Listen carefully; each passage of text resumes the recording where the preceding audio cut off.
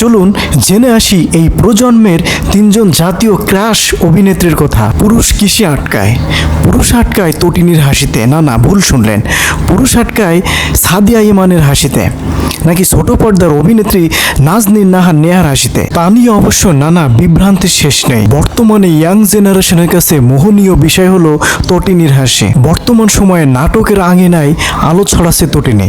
এই প্রজন্মের সফল নায়িকা মেহজাবিন ও তানজিন তিশাদের মতো সফল নায়িকাদের সঙ্গে টক্কর দেওয়া যে অনেক কঠিন ব্যাপার, একথা জেনেই যেন তটিনী মাঠে নেমেছে। অন্যদিকে মিষ্টি ও স্নিগ্ধ চেহারার মেয়ে সাদিয়া আইমান হাত বাড়াচ্ছে মিডিয়ার দিকে।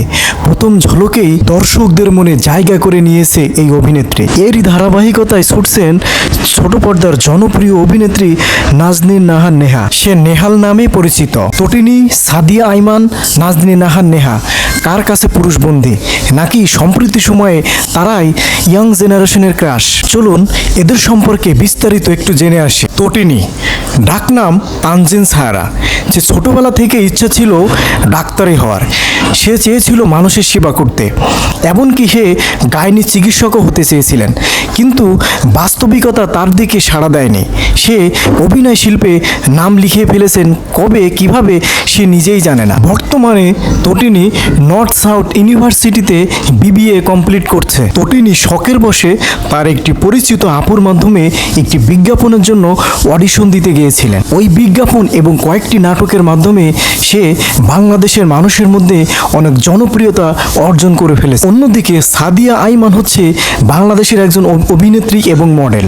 সে দিনে দিনে জনগণের মধ্যে জায়গা করে নিচ্ছে। বর্তমানে সাদিয়া আইমান অনেক সুন্দর সুন্দর নাটক উপহার দিয়েছেন দর্শক মহলে।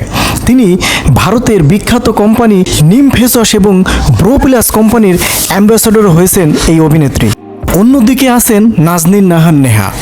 জাতীয় ক্রাশ খ্যাত এই নায়িকা অমিতাভ রেজা চৌধুরীর সাহায্যে বেশ কয়েকটি নাটক এবং টিভি শুটে কাজ করেছেন।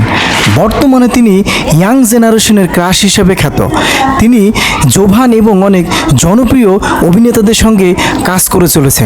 তার অবিরাম সুন্দর অভিনয়ের জন্য দর্শক মহলে অনেক সুনাম কুড়িয়েছে। বর্তমানে তিনি ইয়াং জেনারেশনের ক্রাশ। দর্শক, এই ছিল আজকের আয়োজনে।